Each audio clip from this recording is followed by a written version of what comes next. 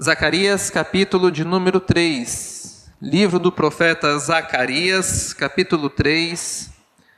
A partir do verso 1, hoje nós vamos expor todo o capítulo 3, que é a quarta visão que Zacarias teve,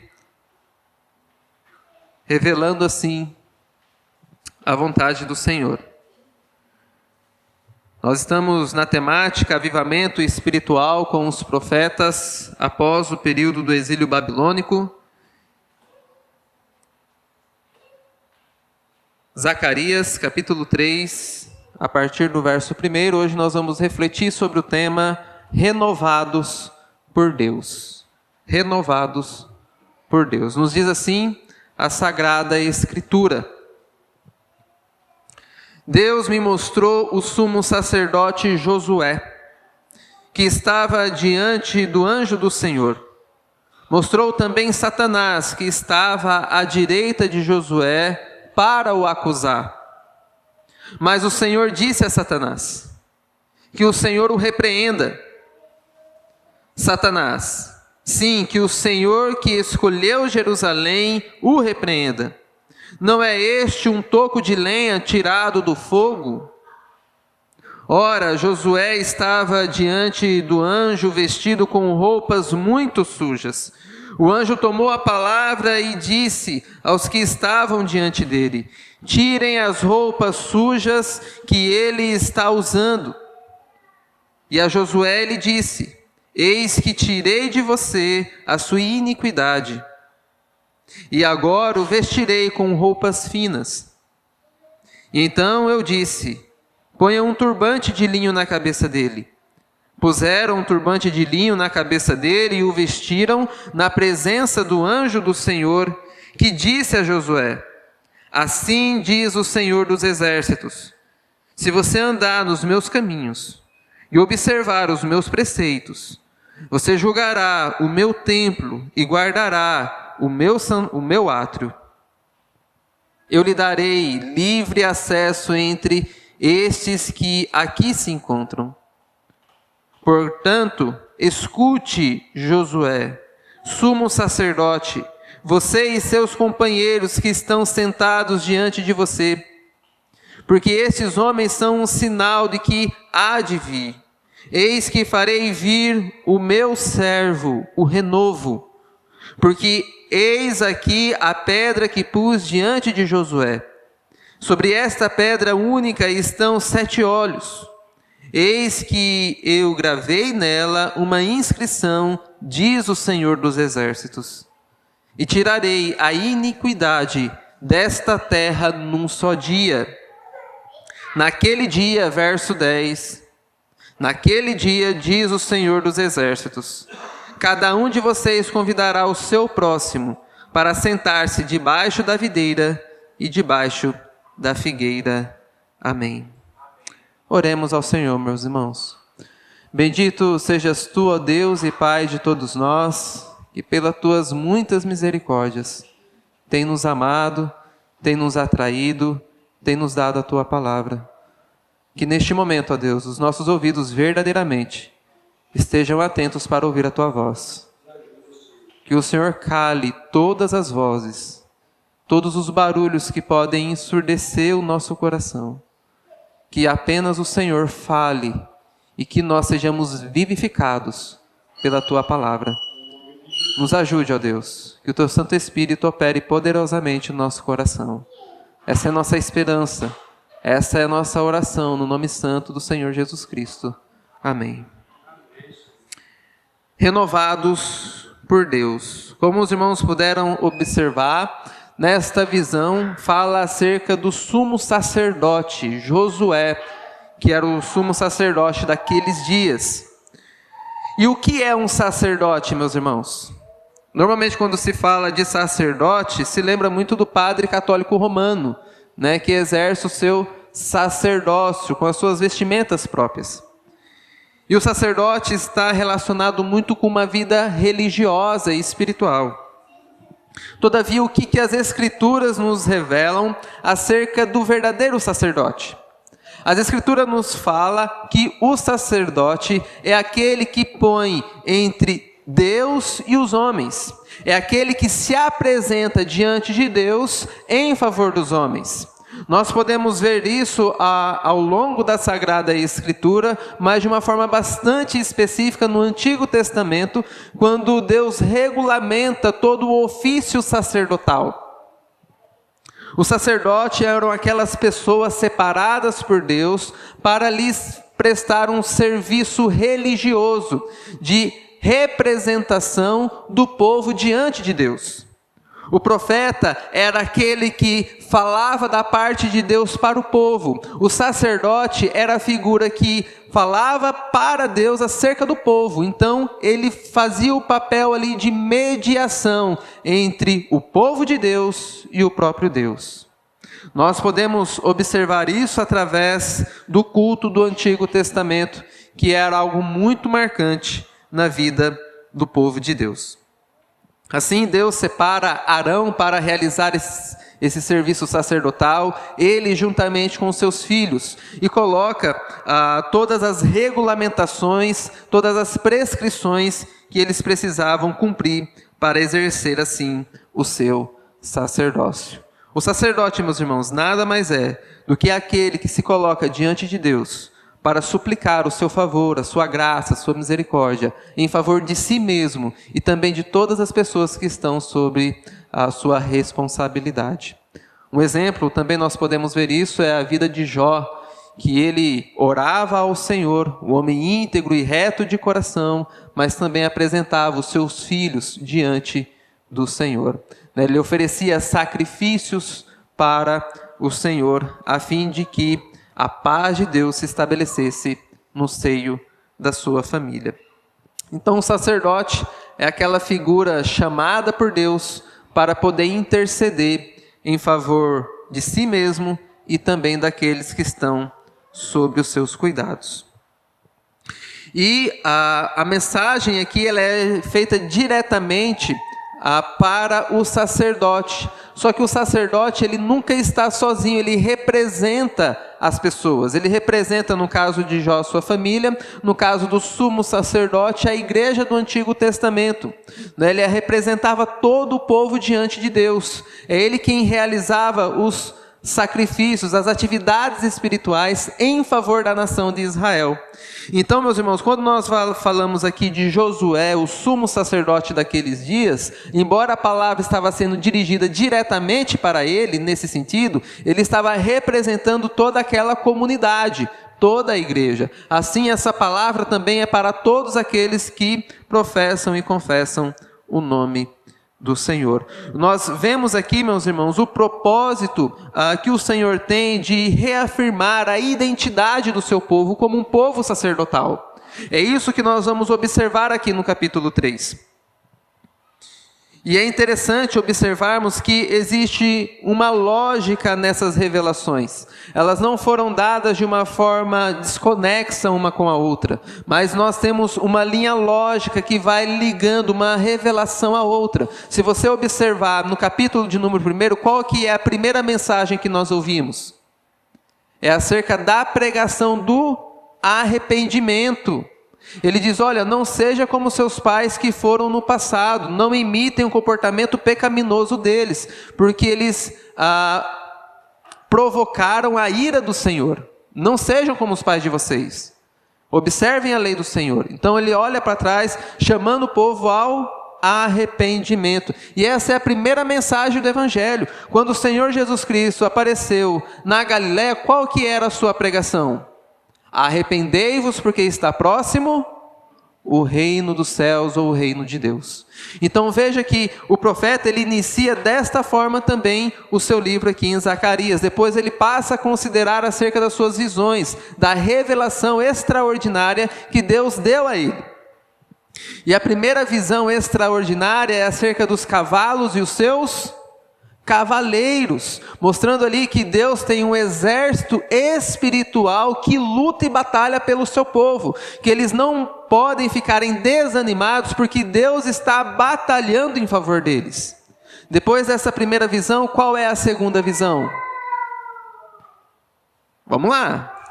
A segunda visão pela qual nós encontramos aqui, nós vimos aí com o nosso irmão Diego na escola dominical, é o chifre e os ferreiros, mostrando assim qual era o poder que Deus utilizou das nações vizinhas para disciplinar o seu povo. Que Deus ele governava não somente na nação de Israel, mas também nos outros povos e nos outros reinos também. Essa é a segunda visão que ele vai apresentar, que tudo aquilo que havia acontecido foi porque Deus estava governando de uma forma soberana. Aí vem para a terceira visão. Então veja, arrependimento, Deus está com vocês, tudo que tem acontecido com vocês é porque Deus está no controle de todas as coisas. E agora na terceira visão, Jerusalém é medida. E nessa visão, ele exorta ao povo a que retorne para a sua terra, a terra santa, aonde Deus iria manifestar a sua presença de uma forma especial. Fala, não fique nas nações pelas quais não honram o Senhor, porque elas também serão destruídas. Volte para Jerusalém, porque ali há paz, ali há segurança, ali há tranquilidade, porque Deus está no meio dela.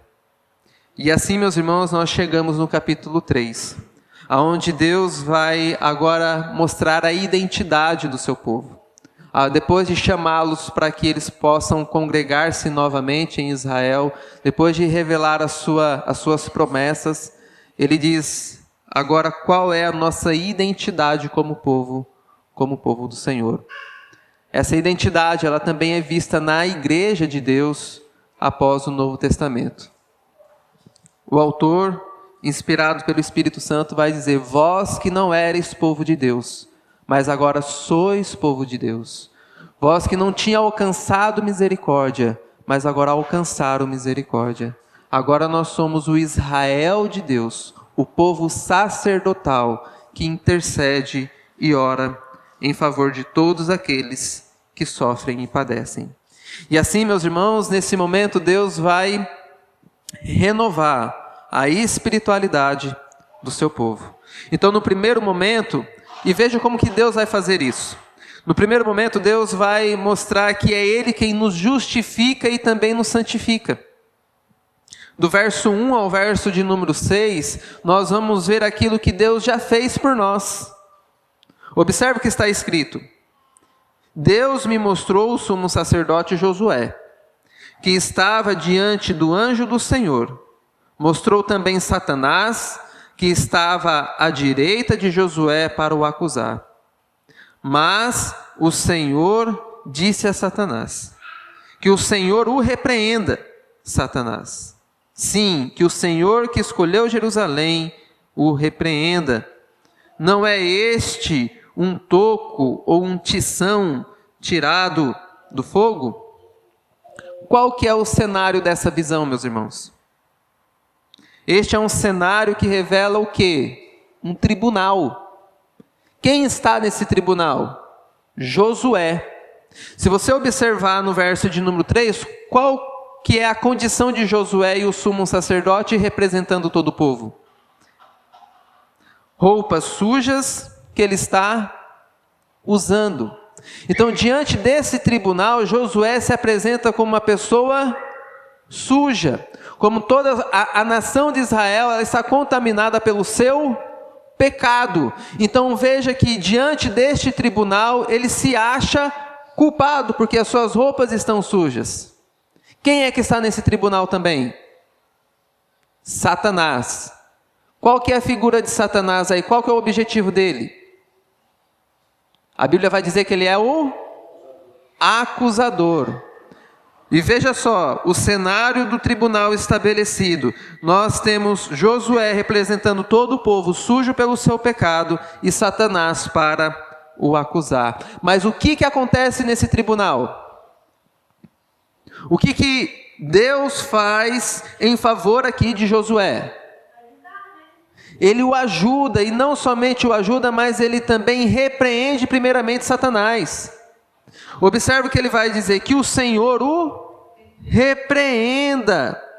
Não é este o escolhido, o Senhor o conhece. Primeiramente, o que Deus faz? ele tira o mal. Ele repreende Satanás para que Satanás não acuse Josué, representando aqui todo o povo do Senhor. Ele repreende Satanás por quê? Porque Deus o escolheu e ele o conhece. Esse não é um tição tirado do fogo. E o anjo do Senhor, e nós temos aqui duas figuras importantes. Nós vemos a palavra de Deus se referindo como Deus e este anjo também sendo referido como Deus. Observe o que ele vai dizer para Satanás: mas o Senhor disse a Satanás que o Senhor o repreenda. Então nós vemos aqui duas pessoas que compartilham da mesma divindade. Então nós vemos a doutrina da Trindade sendo já mostrada para nós aqui no Antigo Testamento.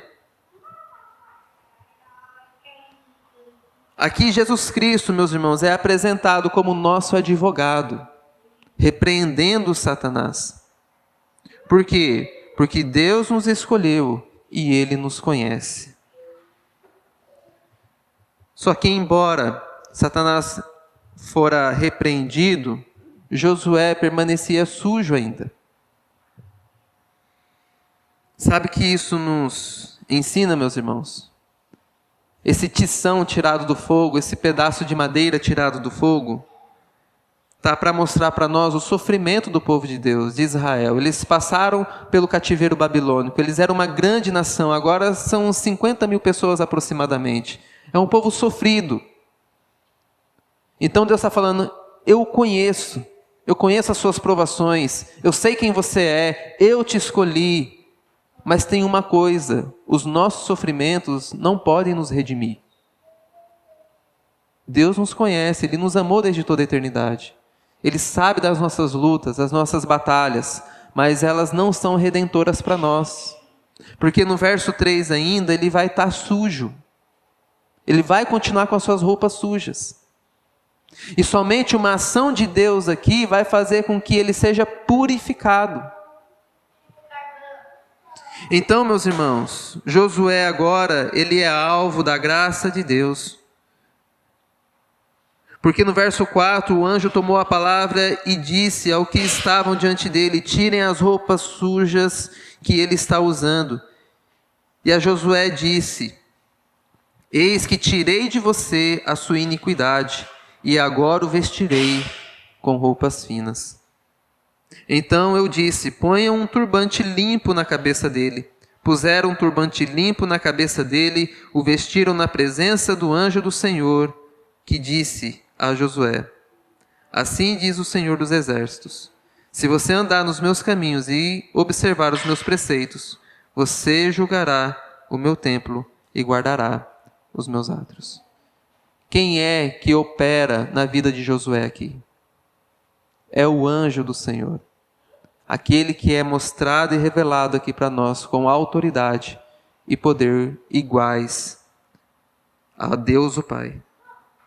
Meus irmãos, embora essa passagem aqui ela tem uma figura muito clara, que é de Josué e este anjo, está para revelar para nós uma verdade espiritual, que é Deus quem nos justifica.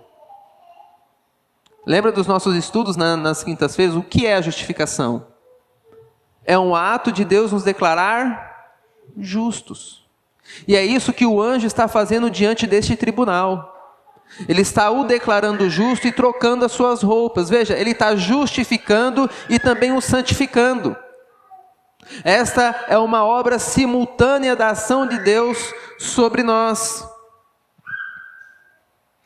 E é isso que Deus faz ao longo da história bíblica. Se você lembrar da figura de Adão, quando ele peca, ele se acha culpado diante de Deus. Ele vê que ele está nu. O que ele faz? Ele vai lá fazer uma cobertura de figueira para si. Mas Deus aparece para ele, repreende ele. E o que Deus faz? Sacrifica um animal e cobre Adão, mostrando: olha, você não tem justiça, você não pode se salvar, mas eu vou cobrir a sua nudez. Eu vou tirar a sua vergonha. E é isso que Deus faz conosco. Só Deus pode afastar o mal, perdoar pecados e nos fazer santos. E Deus já fez isso. Se você observar os verbos aqui, ele disse: eu já tirei. Ele está no passado. É uma ação que Deus já fez por nós. Você só precisa crer nisto para poder viver em paz, com liberdade de consciência diante do Senhor. Esta é uma verdade espiritual, que Deus já fez muitas coisas em nosso favor. E a principal delas é a nossa redenção. Todos nós passamos por sofrimentos, tribulações, mas nada disso pode perdoar o nosso pecado. Talvez você até usou aquela expressão popular: nossa, parece que eu joguei pedra, foi na cruz, tanto sofrimento que eu estou passando, né? Não, falando que está sofrendo porque está pagando o pecado. Meus irmãos, se fosse para a gente pagar os nossos pecados, a gente seria lançado no inferno. Porque ninguém pode redimir a própria alma. Somente Deus tem poder para isso. E Ele fez isso através do seu anjo, o Senhor Jesus Cristo.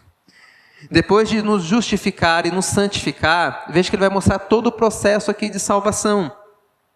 Agora Ele entra em aliança conosco. No verso 7. Assim diz o Senhor dos Exércitos: se você andar nos meus caminhos e observar os meus preceitos, você julgará o meu templo e guardará os meus átrios. E eu lhe darei livre acesso entre estes que aqui se encontra. Veja que depois da justificação, da santificação, o que Deus faz agora com ele? Entra num estado de aliança, de pacto, de compromisso. Veja que primeiro Deus nos salva, nos redime, e depois nós entramos num relacionamento pessoal com Ele. Nós vemos aqui as partes da aliança. É Deus e Josué representando o seu povo. Nós vemos aqui as condições dessa aliança, que é observar os mandamentos do Senhor. E nós encontramos aqui também o elemento da promessa dessa aliança. Não é quando você vai participar de uma cerimônia de casamento, você tem ali as partes, você tem ali as promessas, você tem tudo aquilo que configura uma aliança e um pacto. E é isso que está acontecendo aqui. Nós temos as partes, que é Deus e Josué representando o seu povo redimido, que foi justificado, que foi santificado, e agora está nesse relacionamento pactual. E é isso que Deus faz hoje conosco. Em estado de aliança, nos chama para andar nos seus caminhos e observar os seus preceitos. A promessa, qual que é a promessa que nós encontramos aí no verso 7? Olha para o verso 7 e tenta identificar qual é a promessa dessa aliança. Depois de observar os meus preceitos, ele diz: você julgará no meu templo, guardará os meus átrios. Essa era uma atividade tipicamente sacerdotal. Ou seja, a promessa é que ele iria conseguir cumprir com as suas obrigações diante de Deus. A promessa é que ele iria exercer aquilo pelo qual Deus o criou e o chamou para fazer. Diante do nosso relacionamento com Deus, a promessa de Deus para nós qual é? Que nós, observando os seus preceitos, vamos cumprir com aquilo que Ele nos criou para fazer. Se Deus criou e chamou você para ser mãe, dona de casa, você observando os preceitos do Senhor, você o fará isso com alegria. É isso que Ele promete aqui, com liberdade. Veja que você vai cumprir com aquilo que você foi chamado, e eu lhe darei livre acesso entre aqueles que estão aqui. Você fará isso com liberdade, com leveza no seu coração. Essa é a promessa na aliança. Vida plena, com trabalho e liberdade. Muitos crentes, meus irmãos, hoje têm experimentado sofrimentos e destruições por não terem se atentado e observado os caminhos do Senhor. Pessoas que professam a fé, você vê que é um crente de verdade, mas que passa por muitas provações por conta de não aplicar a lei do Senhor no seu dia a dia. por darem mais atenção para aquilo que herdaram dos seus pais, os comportamentos pecaminosos, porque minha mãe me ensinou assim, porque meu pai me ensinou assim, porque eu sempre fiz isso. Então hoje colhe frutos amargos acerca dos seus pecados, porque não estão andando no caminho do Senhor. E esse é um chamado para a continuidade na vida de santificação. Se os irmãos se lembrarem da mulher que foi pega em flagrante adultério, é uma situação semelhante. Ela estava ali diante de um tribunal humano injusto, em que o Senhor Jesus a defendeu, e ele disse a ela: onde estão os seus acusadores? Qual que é a resposta? Não sobrou nenhum. E agora o que você deve fazer? Vai e não peques mais, ande no caminho do Senhor, observe os seus preceitos, aplique isso na sua vida. Não é apenas ouvir a lei, mas é praticar a lei. Nós gostamos de ouvir a exposição bíblica, é maravilhoso. O coração enche de alegria, nós ao ouvirmos o Evangelho ficamos emocionados, de saber que nós temos um Redentor, um Salvador, alguém que nos justificou, alguém que nos purificou. Mas não é só ouvir, é praticar também. Aquele que ouve, mas não pratica, é o quê?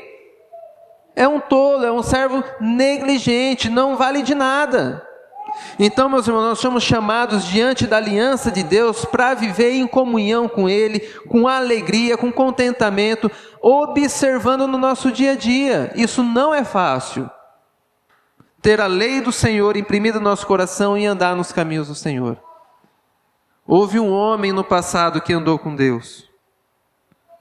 Depois de um tempo não se achou mais o seu lugar. O nome dele era Enoque. Que o Senhor nos dê a graça de poder andar junto com Ele. De ser como Abraão, com todas as suas limitações e pecados, mas chamados de amigo de Deus. Porque anda com o Senhor, tem alegria, tem liberdade para poder servir e amar a Deus. Desfrutar de uma vida plena por causa. Então observa, meus irmãos, observe que a obediência à lei do Senhor, ela vem depois da justificação e da santificação. Dessas verdades espirituais que nós experimentamos. E veja que Deus revela aquilo que Ele fez, aquilo que Ele faz agora nesse estado de aliança, nesse relacionamento pactual, e Ele também revela aquilo que Ele fará. No verso 8 ao verso de número 10. Portanto, contudo, todavia, aqui ele vai fechar o seu argumento, a sua ideia, e ele diz: portanto, escute Josué, sumo sacerdote, você e os seus companheiros, que são sacerdotes também. Josué como sumo sacerdote e os seus companheiros que estão sentados diante de você. Porque estes homens são um sinal do que há de vir. E eis que eu farei vir o meu servo, o renovo. Nós vemos aqui o anúncio direto da vinda do Senhor Jesus Cristo, o Messias. Porque eis aqui a pedra que pus diante de Josué. Sobre esta pedra única estão os 7 olhos. Eis que gravarei nela uma inscrição, diz o Senhor dos Exércitos, e tirarei a iniquidade desta terra num só dia. Naquele dia, diz o Senhor dos Exércitos, cada um de vocês convidará o seu próximo para se assentar-se debaixo da videira e debaixo da figueira. Então ele aponta agora para aquilo que ele vai fazer. Observe que aquilo que ele fez, nos justificando, nos santificando, que ele está numa aliança conosco hoje, e aquilo que ele fará futuramente, aquilo que ele vai fazer em favor do seu povo. E o que ele chama aqui no verso de número 8 é, portanto, escute, dê atenção. Naquilo que Deus vai fazer é propriamente 2 coisas. Enviarei o meu servo, renovo. A segunda, tirarei a iniquidade de toda a terra.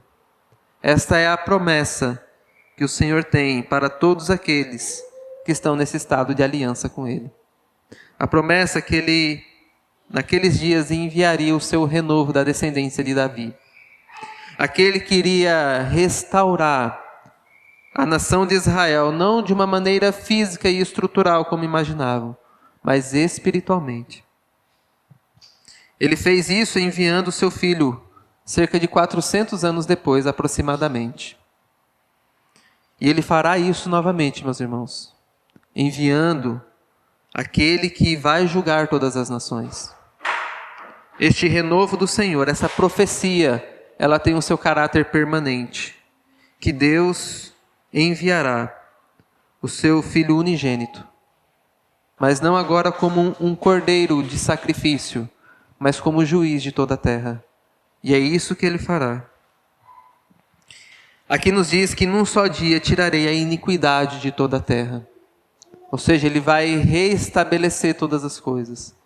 Fará todas as coisas novas para o louvor do seu nome.